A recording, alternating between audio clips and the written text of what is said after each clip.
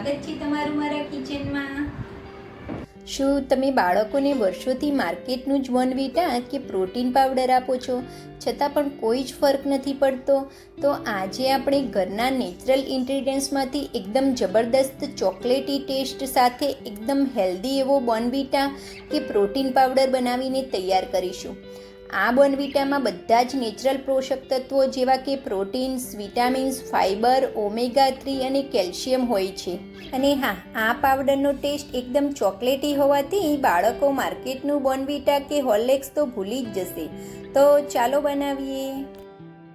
તો માર્કેટ જેવું જ બોર્નવિટા કે પ્રોટીન પાવડર બનાવવા માટે મેં આ ઘરમાં રહેલા નેચરલ ઇન્ગ્રીડિયન્ટ્સ લીધા છે, જેમાં 100 ગ્રામ બદામ, 100 ગ્રામ કાજુ, 50 ગ્રામ અખરોટ, 50 ગ્રામ પિસ્તા અને 1 કપ ભરીને રોસ્ટેડ હળદર મીઠા વગરના ચણા અને 1 કપ ભરીને મેં મખાના લીધા છે। તેની સાથે મેં 2 ટેબલ સ્પૂન સૂર્યમુખીના બીજ, પમ્પકિનના બીજ અને અળસીના બીજ લીધા છે। સૌપ્રથમ બોર્નવિટા બનાવવા માટે હવે આપણે 1 કપ જે મખાના લીધા છે તેને સ્લો ગેસની ફ્લેમ ઉપર આ રીતે થોડીક વાર માટે રોસ્ટ કરી લેવાના છે, જેથી મખાનાની અંદર ભેજનું પ્રમાણ હશે તે બધું જ નીકળી જશે અને મખાના આપણા એકદમ ક્રિસ્પી થઈ જશે। તો ફ્રેન્ડ્સ, તમારી જોડે આમાંથી સૂર્યમુખીના બીજ અને પમ્પકિનના બીજ ના હોય તો તમે તેની જગ્યાએ મગજતરીના બીજ અને થોડી ખસખસ પણ અંદર એડ કરી શકો છો। હવે આપણા મખાના એકદમ સરસ ક્રિસ્પી થઈ ગયા છે। આ રીતે તોડીએ તો એકદમ સરસ તૂટી જાય છે। હવે તેને આપણે એક બીજા બાઉલની અંદર નીકાળી લઈશું। હવે એ જ બાઉલની અંદર આપણે જે 100 ગ્રામ બદામ લીધી છે તેને થોડીક વાર માટે રોસ્ટ કરી લઈશું। બધી જ વસ્તુને આ રીતે થોડીક વાર માટે રોસ્ટ કરવી ખૂબ જ જરૂરી છે ફ્રેન્ડ્સ। આ સ્ટેપને તમારે બિલકુલ પણ સ્કીપ નથી કરવાનું। હવે બદામ આપણી થોડીક રોસ્ટ થાય એટલે તેની અંદર આપણે કાજુ અને અખરોટ એડ કરી દેવાના છે। બદામને શેકાતા થોડીક વાર લાગે છે એટલે તેને સૌપ્રથમ આપણે રોસ્ટ કરી લેવાની છે અને પાછળથી બાકીના આપણે ડ્રાયફ્રૂટ્સ અંદર એડ કરવાના છે। હવે આ બધા જ ડ્રાયફ્રૂટ્સને આપણે ફરીથી 2 મિનિટ માટે રોસ્ટ કરી લઈશું। બદામ આપણી થોડીક રોસ્ટ થાય પછી જ તેને આપણે એડ કરવાના છે। હવે આપણે પિસ્તાને અંદર એડ કરી દઈશું। પિસ્તાને રોસ્ટ થતાં બિલકુલ પણ વાર નથી લાગતી। આ રોસ્ટેડ પિસ્તા જ મેં લીધા છે, પરંતુ થોડીક વાર માટે આ રીતે ગરમ ડ્રાયફ્રૂટ્સની અંદર રોસ્ટ થશે તો તેની અંદર પણ થોડુંક બી ભેજનું પ્રમાણ હશે તે બધું જ નીકળી જશે અને આપણું બોર્નવિટા જે બનાવીશું તે લાંબો સમય સુધી એકદમ ફ્રેશ રહેશે। તો ફ્રેન્ડ્સ, મેં જે આ ડ્રાયફ્રૂટ્સ લીધા છે તેમાંથી તમારા બાળકોને જે પણ વધારે ડ્રાયફ્રૂટ્સ પસંદ હોય તેની ક્વોન્ટિટી તમે વધારી પણ શકો છો અને જે પસંદ ના હોય તેને તમે સ્કીપ પણ કરી શકો છો। હવે ડ્રાયફ્રૂટ્સ આપણા રોસ્ટ થઈ ગયા છે, તેને પાછા આપણે અલગ પ્લેટની અંદર નીકાળી લઈશું। હવે જે આપણે અલગ અલગ બીજ લીધા છે તેને પણ થોડીક વાર માટે આપણે રોસ્ટ કરી લઈશું। આની અંદર મેં 2 મોટી ચમચી જેવા સૂર્યમુખીના બીજ, પમ્પકિનના બીજ અને અળસીના બીજ લીધા છે। આમાંથી તમારા બાળકોને જે પણ બીજ પસંદ ના હોય તેને તમે સ્કીપ કરી શકો છો અને તેની જગ્યાએ તમે મગજતરીના બીજ અને થોડી ખસખસ પણ અંદર એડ કરી શકો છો। હવે આપણા બધા જ બીજ એકદમ સરસ થોડાક રોસ્ટ થઈ ગયા છે, તેને પણ આપણે એક પ્લેટની અંદર નીકાળી લઈશું। હવે તે જ પેનની અંદર મેં આ 1 વાટકી જેવા રોસ્ટેડ ચણા લીધા છે, જેના ઉપરના છિલકા મેં નીકાળી લીધા છે। આમ પણ આપણા ચણા રોસ્ટેડ જ છે, પરંતુ વાતાવરણ એવું ભેજવાળું હોય છે કે જેને લીધે આપણા ચણાની અંદર થોડોક ભેજ આવી જાય છે, તો તેને માત્ર 1 મિનિટ માટે આ રીતે થોડીક વાર માટે રોસ્ટ કરી લઈશું। ફ્રેન્ડ્સ, બધા જ ડ્રાયફ્રૂટ્સ અને અલગ અલગ બીજને આપણે અલગ અલગ રોસ્ટ કરવાના છે, કેમ કે બધાને શેકાતા અલગ અલગ ટાઈમ લાગે છે। તો હવે આપણા ચણા પણ શેકાઈ ગયા છે, તો તેને પણ આપણે નીકાળી લઈશું।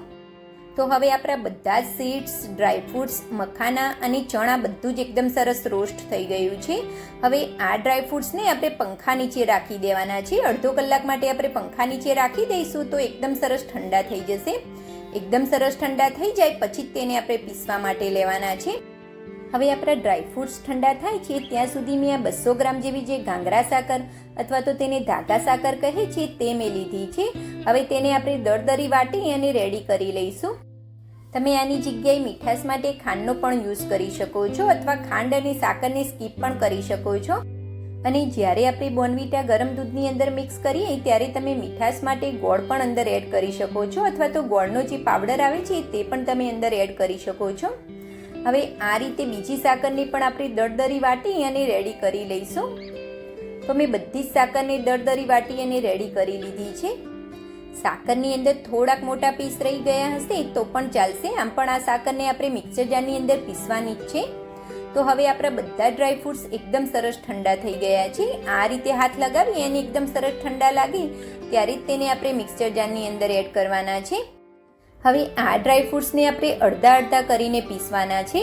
એકી સાથે પીસીશું તો ડ્રાયફ્રૂટ્સ આપણા સરસ પીસાશે નહીં અને તેની અંદરથી તેલ છૂટું પડી જશે. તો મેં અડધા ડ્રાયફ્રૂટ્સ મિક્સર જારની અંદર એડ કરી દીધા છે. હવે તેની અંદર આપણે જે દળદરી વાટીને રાખી હતી સાકર, તેમાંથી અડધી સાકર આપણે અત્યારે એડ કરી દઈશું. હવે મિક્સર જારને બંધ કરી અને આપણે પલ્સ મોડ ઉપર ફેરવીને આપણે આ મિક્સરને પીસવાનું છે. એકી સાથે મિક્સરને આપણે બિલકુલ પણ નથી ચલાવવાનું. પલ્સ મોડ ઉપર ફેરવીને આપણે પીસવાનું છે. જો એકી સાથે આપણે મિક્સર જાર ચલાવીશું તો તેની અંદરથી તેલ છૂટું પડી જશે અને એકદમ સરસ પીસાશે નહીં. હવે એક બાઉલ લઈ લઈશું. તેની ઉપર આપણે આ રીતે કોઈ પણ સ્ટ્રેનર રાખી દેવાનું છે. જો તમારી જોડે આ રીતની મોટી સ્ટ્રેનર ના હોય તો તમે લોટ ચાળવાની જે ચાળણી આવે છે તેની મદદથી પણ ચાળી શકો છો. હવે તેની અંદર જે આપણે પાવડર પીસીને રાખ્યો હતો તે બધો જ તેની અંદર એડ કરી દઈશું. હવે સેમ એ જ રીતે આપણે જે બાકીના ડ્રાયફ્રૂટ્સ હતા તેને પણ આપણે મિક્સર જારની અંદર એડ કરી દઈશું અને બાકીની જે બચેલી સાકર હતી તેને પણ અંદર એડ કરી અને મિક્સર જાર બંધ કરી તેને પણ પીસી અને રેડી કરી લઈશું. આ પાવડરને આપણે એકદમ ફાઇન સ્મૂથ પીસીને તૈયાર કરવાનો છે. તો હવે આપણા બંને પાવડર પીસાઈને રેડી છે. આ પાવડર પણ આપણે એકદમ સ્મૂથ પીસીને તૈયાર કર્યો છે. હવે બંને પાવડરને આપણે સ્ટ્રેનરની મદદથી ચાળી લેવાનો છે. આ સ્ટેપને બિલકુલ પણ સ્કીપ નથી કરવાનું ફ્રેન્ડ્સ. બાળકો જ્યારે દૂધ પીવે છે ત્યારે તેમના મોઢાની અંદર કોઈ પણ વસ્તુ આવે તો તે સૌથી પહેલાં નીકાળી દે છે. એટલે આ રીતે સ્ટ્રેનરની મદદથી ચાળવો ખૂબ જ ઇમ્પોર્ટન્ટ છે. મને નાના બાઉલની અંદર આ રીતે ચાળતા બિલકુલ પણ નહોતું ફાવતું એટલે મેં વાસણ ચેન્જ કરી લીધું છે. હવે જે આ મોટા પાર્ટ્સ રહી ગયા છે તેને આપણે ફરીથી મિક્સર જારની અંદર એડ કરી દેવાના છે અને ફરીથી આપણે તેને ચાળી લઈશું. હવે આ બધા જ પાવડરને આપણે એક મોટા બાઉલની અંદર નીકાળી લેવાનો છે.